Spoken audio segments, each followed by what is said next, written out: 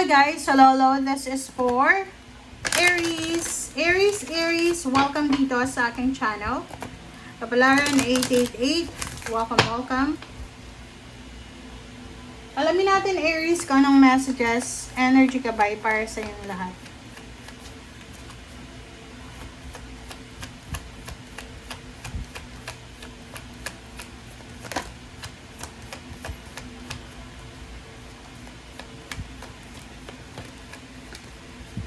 Okay, Aries. You need to be careful, Aries, sa linggong ito. This is the first week of August, 33 and 14.5. So, sinasabi ng bara sa'yo dito, you need to be careful kasi medyo concerning to eh. Nakita ko na to sa ano mo eh. Sa monthly reading, especially sa money and then sa general. You need to be careful guys, alam niyo ba, few years ago, yung sinasabi ko na careful, kailangan yung seryosohin yun.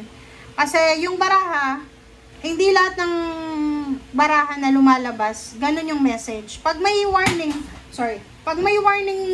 message, kailangan natin pakinggan yun. Okay, atong message na to, sinasabi na you need to be careful sa mga iniisip mo. Possible na makatanggap ka ng mensahe na pwedeng magdala sa'yo ng concern, ng pag-alala, or isang balita na pwedeng magdala sa'yo ng problema. So, you need to be careful. Nasa ano ko na yun monthly reading ko. Even sa money career, para sa mga Aries.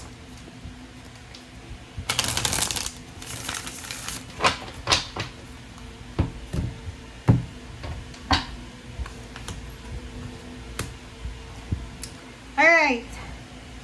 So, sabi ng bara sa'yo dito, Aries, yung family life mo daw, wala namang masyadong problema. You're at peace naman. Like, if you're married, peaceful ka naman sa married life mo. If you're in a relationship, peaceful naman. Kung may anak ka, peaceful naman. Pamilya, peaceful naman. So, tingnan natin kung ano yung problema. Ang problema mo dito, ang inaalala mo, this is the moon, ay yung pera. Sabi ng bara sa'yo dito, nag-aalala ka, lalo kung unemployed ka, nag-aalala ka kung kailan ka na ba makakahanap ng trabaho, or kung may trabaho ka ngayon, nag-aalala ka kung hanggang kailan ba ang trabahong ito. So, sa nakikita ko sa'yo dito, medyo i-give up mo na lang this week kung ano man yan ang mga pinaplano mo na may involved na salapi. Meron kang hinihintay dito, I don't know, you're waiting for something like parang restricted ka pa ngayon siguro ano ka, I don't know kung bakit hindi ka makagalaw, so limited yung actions and decision mo. But sabi ng bara sa'yo, konting tiis na lang daw, okay? Konting tiis na lang, matatapos na to. Yung iba sa inyo dito, Aries, if you are a breadwinner na Aries, yung parang nanay ka ba, panganay ka, or bunso, pero ikaw yung pumapasa ng problema sa family. So, sa nakikita ko sa'yo, medyo masasaktan ka. You will feel disappointed sa linggong ito kasi parang pakiramdam mo, pasan mo na yung mundo. Yung parang pakiramdam mo, walang gustong tumulong sa'yo. So, parang ganon.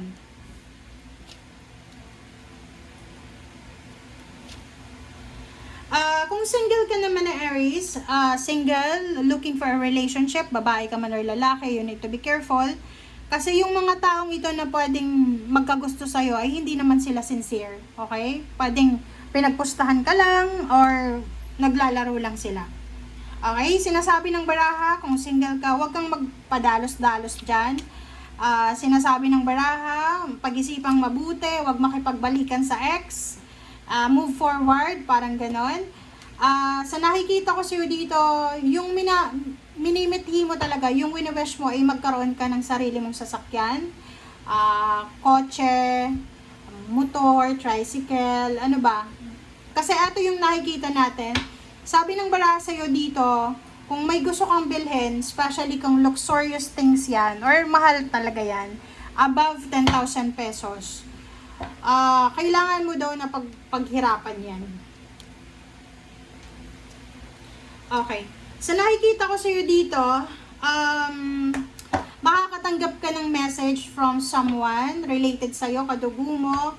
So, there's a happy news, like for example, yung kakilala mo, buntes, nanganak na, ikakasal, parang gano'n, nasa ibang bansa na, parang gano'n. Isang balita, ang posibleng matatanggap mo din na yung kakilala mo ay naghiwalay na, parang gano'n, like matatanggap mo na balita na yung kakilala mo, hiwalay na, ganyan. Or pwedeng yung, if you're married or in a relationship ka, yung balita na matatanggap mo or pwede siyang message, yung asawa mo gustong makipaghiwalay sa'yo.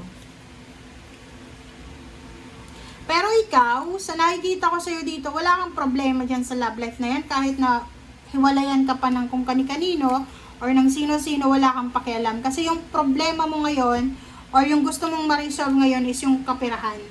Wala kang masyadong issue dyan. Kumbaga, hindi ka mamimilit. Kung may makikipag-iwalay sa'yo, hahayaan mo lang. Maging careful ka kasi Saturn retrograde yan. Ngayon. So, until December 11. So, you need to be careful sa mga decision making mo. Kasi there's a karma here. So, kung ano yung ginawa mo sa past, posibleng ibalik sa'yo sa ngayon. Mayroon kang wini-wish na, wow! Sa nakikita ko sa'yo dito, may mga job offers ka na matatanggap. But be careful guys you need to be careful. Huwag agad-agad maniniwala. Kasi, alam mo ba, magaling kang mag-manipulate, Aries, pero may mga tao din na kaya kang i-manipulate. So, yun yung problema sa inyo. Sa love life natin, posibleng yung ka-love life mo, asawa mo, marami na siyang pera or meron siyang pinaplano na pwedeng malaking pagkakakitaan.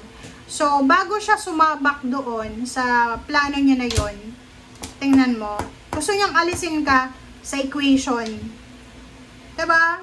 Napaka-selfish ng taong yan. Or kung sino man yan, boyfriend, girlfriend mo ba yan, kapatid. Kasi kayo partner in life kayo. Kumbaga, magkasama kayong nangarap. Tapos ngayon, yung taong yan ay alam niya na konting-konti na lang magiging asensado na siya. Gusto niyang bumitaw sa'yo. Pero hindi niya sinasabi yung rason. Ang sinasabi niyang rason dito is yung yung pagod niya. Parang sinasabi niya sa 10 of Wands dyan na pagod na siya.